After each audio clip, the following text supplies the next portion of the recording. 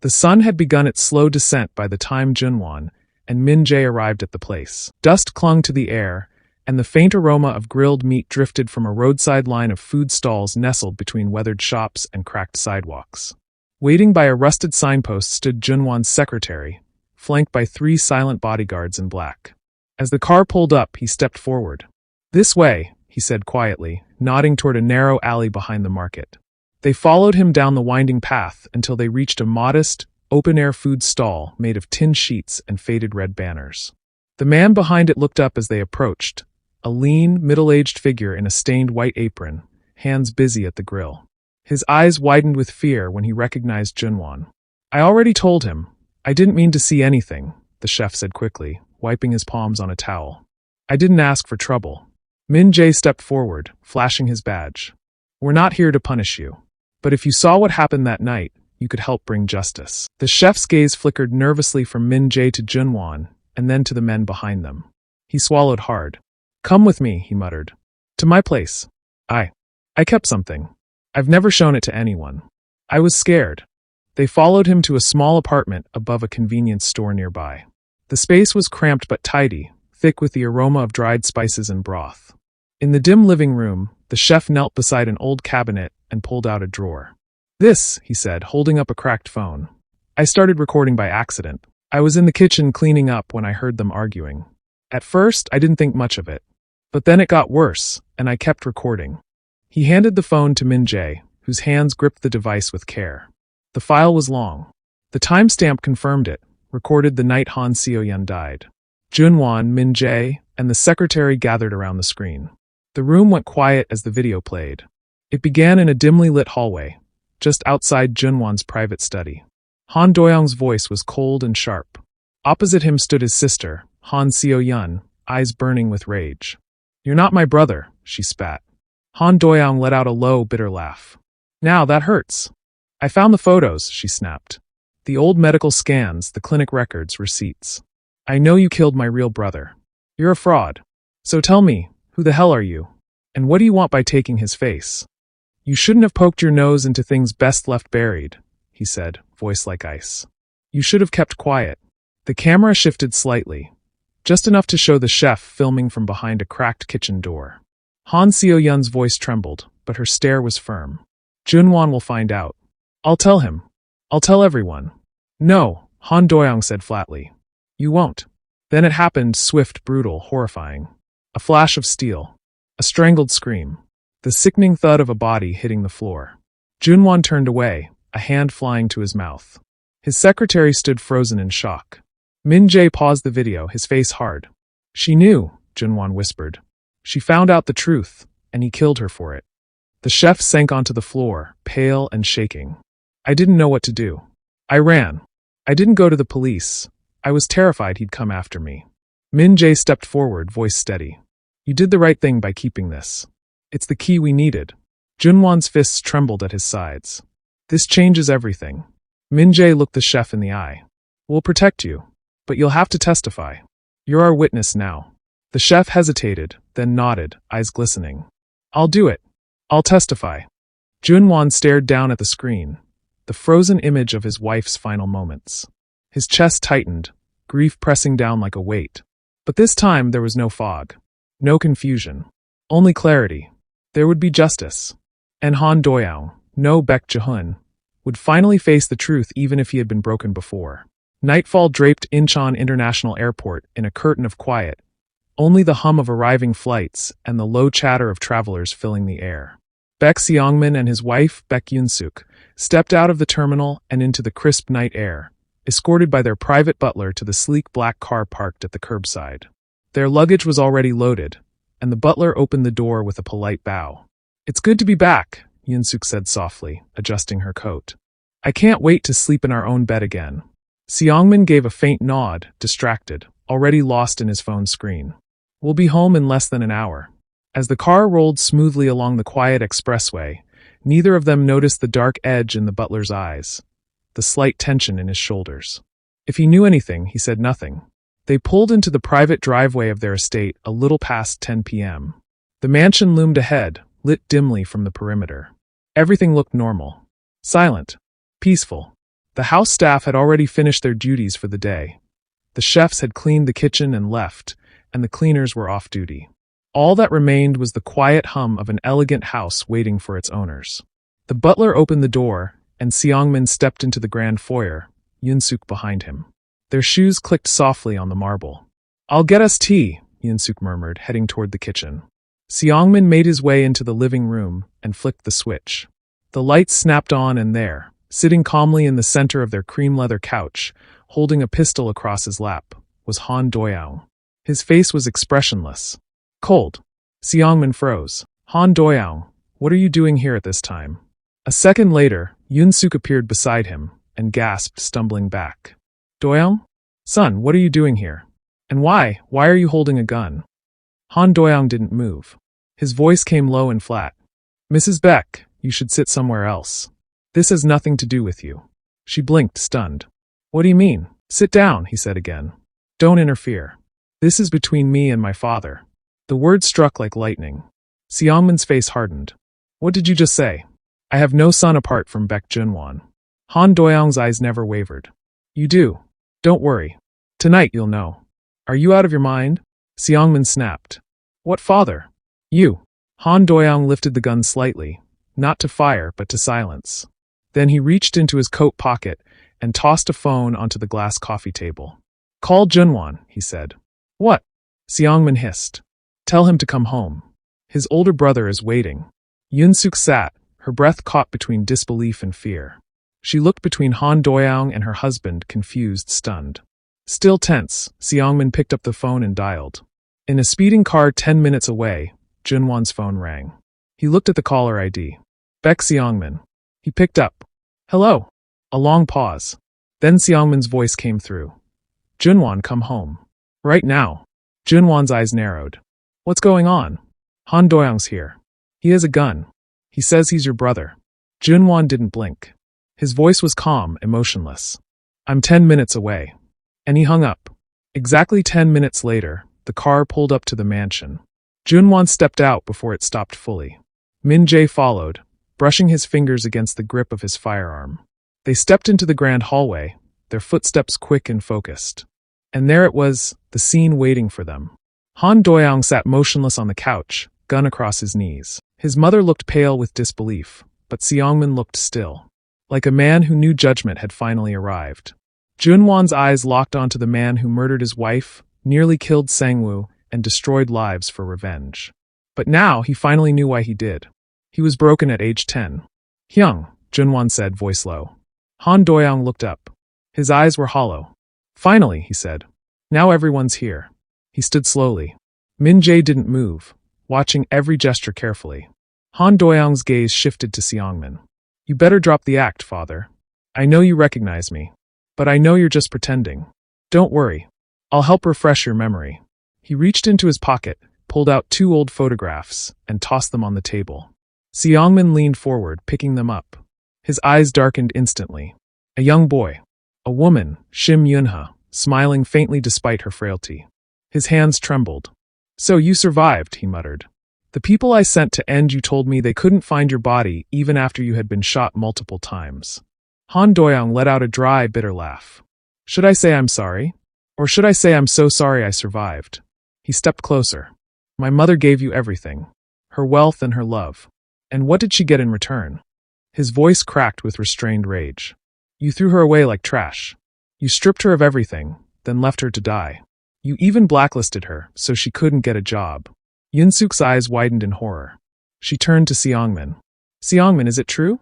Answer me, you bastard." Seongmin said nothing. His eyes never left Han Doyoung. "I buried her alone," Han Doyoung said. "At 10 years old. She collapsed while I was at school. When I came home and I found her lying there, I called out her name, thinking she was asleep. But she was already cold." His voice faltered just briefly. "The neighbor told me she was gone. I cried and cried, waiting for you to show up at the funeral. You never did." A silence gripped the room. "Then I was shot by your men. But I survived. I survived everything." Yunsuk was weeping silently. Junwon clenched his fists, jaw tight. Min Jae stood still, eyes on Han Doyoung. "When I was 18, Han Doyoung continued, I found a missing child poster. Han Doyoung. Same age. Same background. I tracked him down and told him I needed to borrow his identity, for revenge. But he refused. He said I was crazy. So I killed him. He looked at each of them, Junwan and Min Jae. You two know the rest. Then he turned his attention back to Baek Seongmin. If my mother knew what I'd become, maybe she wouldn't have fallen in love with you. Finally, Seongmin spoke, cold, cruel. She was weak. There was nothing special about her. Junwan turned sharply toward his father. Even Min Jae's expression shifted. Han Doyoung's fingers flexed around the gun. But he didn't raise it. He looked at Junwan. You know now, don't you? Who your father really is. Junwan gave a slow, steady nod. Yes, he said hoarsely. I know. Han Doyoung looked at Yunsuk. That's the real Baek Seongmin you've been married to. She nodded through tears. Then Han Doyoung faced Seongmin again. I came here tonight to kill you. That was my final resolve. Min Jae shifted, tense. But, Han Doyoung exhaled, lowering the gun. I'm already a murderer. I've carried that weight long enough. I've already disappointed my nephew. And now, I want to change. I want to be a good older brother to Junwan. He placed the gun on the table. The room stilled. I'll go to prison, he said. For everything I did. He turned to Min Jae and held out his wrists. Min Jae stepped forward and handcuffed him quietly. You're under arrest for the murders of Han Doyoung and Han Seo-yun, and the attempted murder of Baek Sang-woo, Min Jae said. You have the right to remain silent. I have nothing more to say, Han Doyoung replied. As Min Jae began to guide him out of the house, a voice broke the silence. Han Doyoung, no, Baek Jehun. He turned slightly. Baek Yunsuk stepped forward, trembling. Her voice soft but full of emotion. You still have a mother. And that's me. You will always have a mother.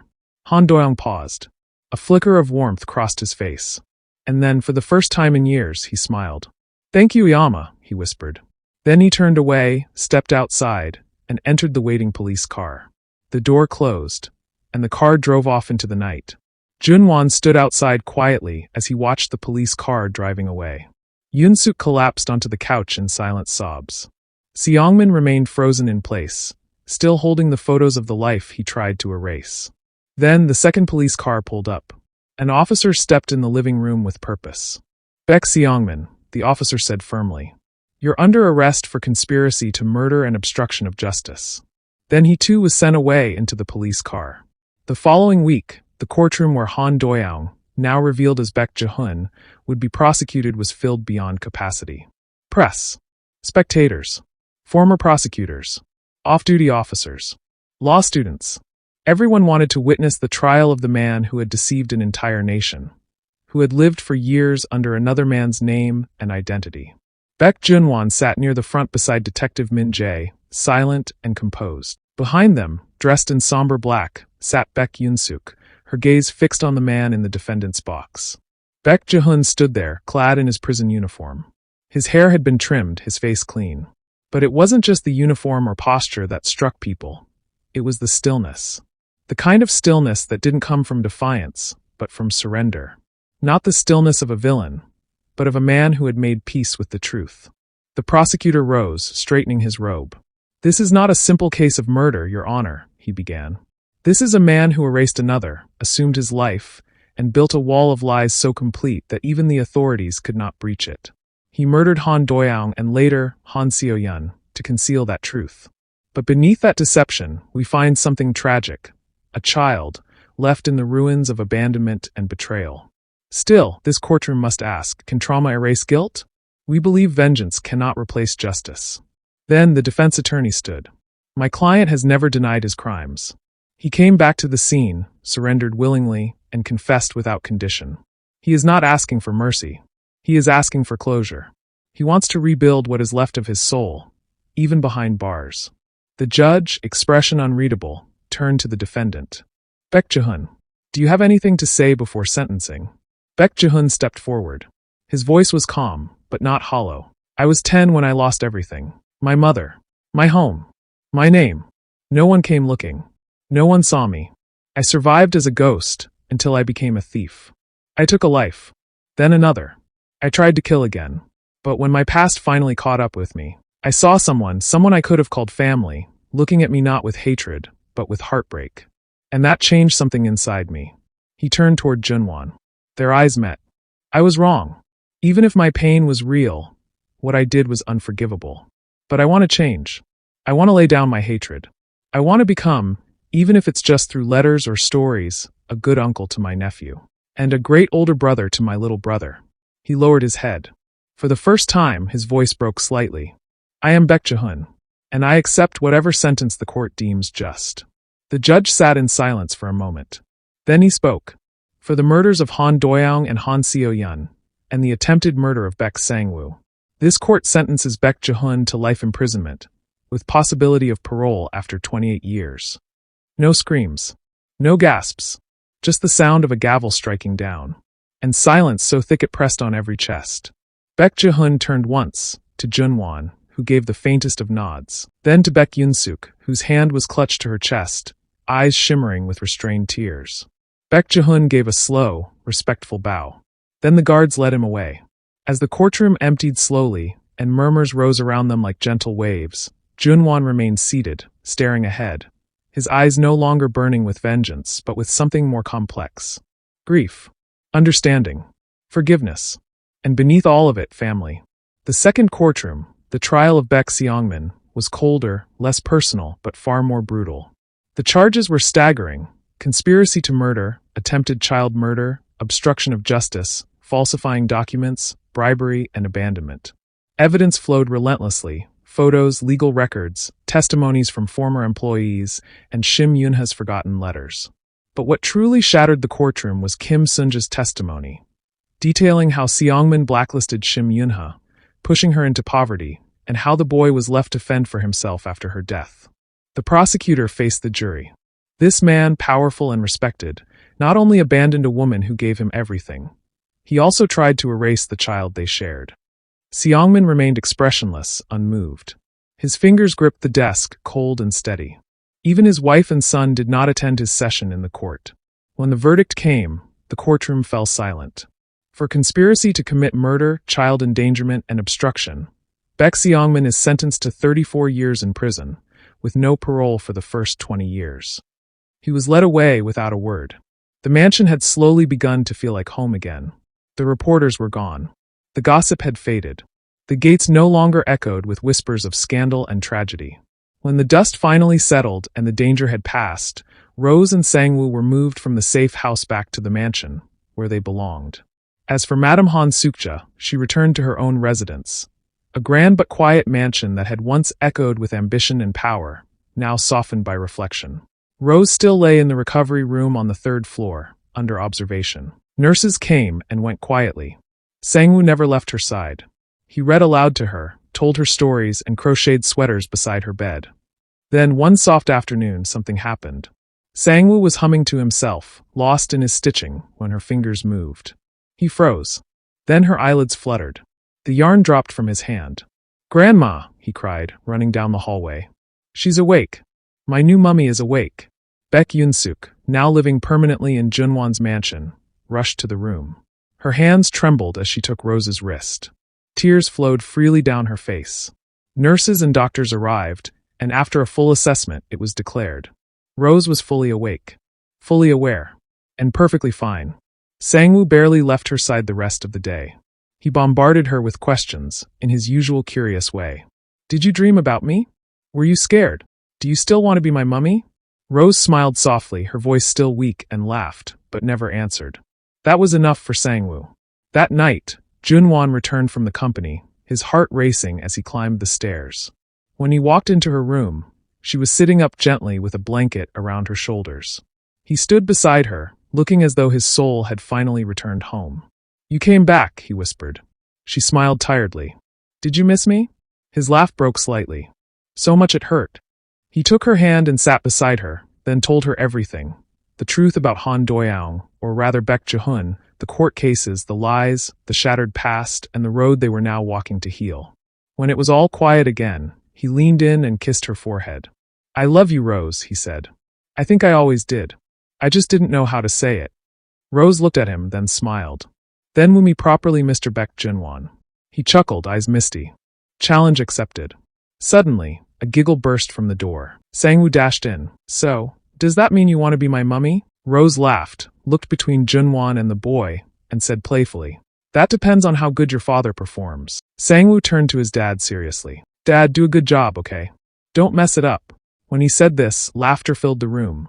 And in that moment, in the warmth of that room, with hearts slowly mending, the Beck family, what was left of it, and what was now new, finally felt whole. That same month, the prison's visiting room was sterile and quiet, its white walls humming with silence and fluorescent lights overhead casting everything in cold clarity. Han Sukja sat on one side of the table, stiff-backed. Her expression was blank, but her eyes, they burned. With fury, with grief, with betrayal. Across from her sat the man she had called her son for years, Han Doyoung, now stripped of that name. Baek Jihun sat in his prison uniform, chains clinking softly with each breath he drew. I came to look you in the eye, Han Sukja began, her voice sharp as a blade. You killed my daughter. You shattered our family. Baek Jihun didn't speak. He didn't lift his head. He didn't plead or defend. He simply took it, every word, every wound. She slammed her hand on the table. The echo rang through the room. You made me believe you were my son. You made me love you. And still I mourn you. Still, he said nothing. His eyes remained fixed on the ground. He didn't deserve forgiveness, and he knew it. But then, after a long, cracking silence, her voice softened. It broke. Even if you weren't truly my son, even after everything you've done, her eyes brimmed with tears, you will always be my son. For the first time since his sentencing, Baek Jihun broke down in tears. The tears fell fast and heavy, running down his face in silence as his shoulders shook. He tried to turn away, to hide it, but the pain was too vast, too deep. Han Sukja stood up slowly. She looked at him for a long moment, not as a grieving mother or a betrayed woman, but as someone who saw through to the boy beneath the damage. A boy who had once wanted nothing more than to be loved.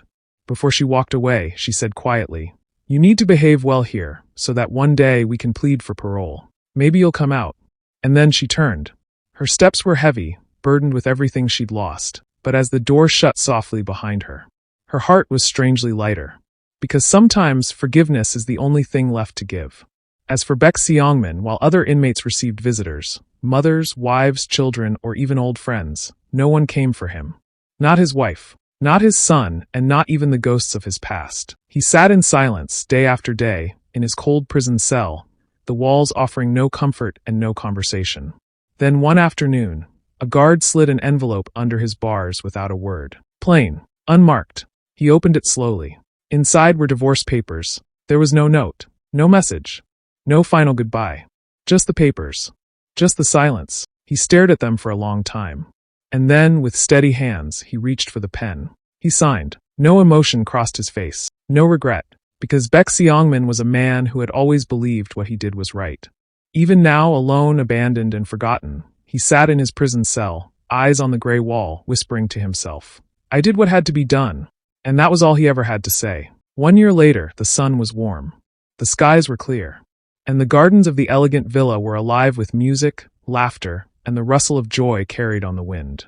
Rose and Junwan stood at the altar, surrounded by family, friends, and the quiet blessings of those who had endured storms with them. Dressed in elegance, they exchanged vows under a blooming arch of white lilies and peach roses. Their eyes held more than love. They held healing. They held hope. Rose's parents had flown in days earlier, accompanied by her brother. Her mother cried through most of the ceremony, while her father proudly held Sangwoo's hand, treating him like a cherished grandson, even though he wasn't biologically Rose's child. During the reception, Rose's brother nudged Junwan aside, clapped him on the back, and said with a crooked smile, Take care of her. You're the only one she's ever smiled at like that. Later, he teased Rose too. So, I guess you did smile at him because he's hot after all. Rose burst into laughter, slapping his arm playfully, cheeks glowing. I smiled because he made me feel like home, she replied with a wink. As for Sangwoo, he had the time of his life with Rose's parents, showing them his crocheted items, proudly telling stories about his new mummy and his heroic dad. Rose's parents embraced him fully, lovingly, as if he were truly theirs too. That same year, in the spring chill, Junwan, Rose, and Sangwoo visited the prison facility tucked in the mountains, a place with high walls. They went to see Baek Jihun. The meeting room was quiet, but when Jihun entered in his plain uniform, his steps paused. Because sitting across from him was not anger, not bitterness. It was forgiveness. Sangwoo stood up first.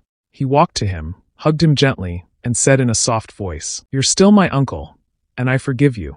Jehun's breath hitched, and for a long while they just sat, talking, smiling, crying just a little. They spoke about Sangwoo's school, Rose's crochet shop, and Junwan's company. Jehun asked questions. He listened. He laughed for the first time in months. And when the time was up, he didn't feel like a prisoner. He felt like family. 1 week later, the three of them, Junwan, Rose, and Sangwoo, went for a picnic near the riverside. The wind was soft. The sun was golden. Sangwoo ran around with kites. Rose leaned into Junwan's side. And Junwan looked at them with quiet contentment. Everything was in place, all because Sangwoo had walked into a crochet shop one morning. Thank you so much for watching the entire Healing Threads episodes. Your love and support mean everything. Thanks again, and see you in the next story.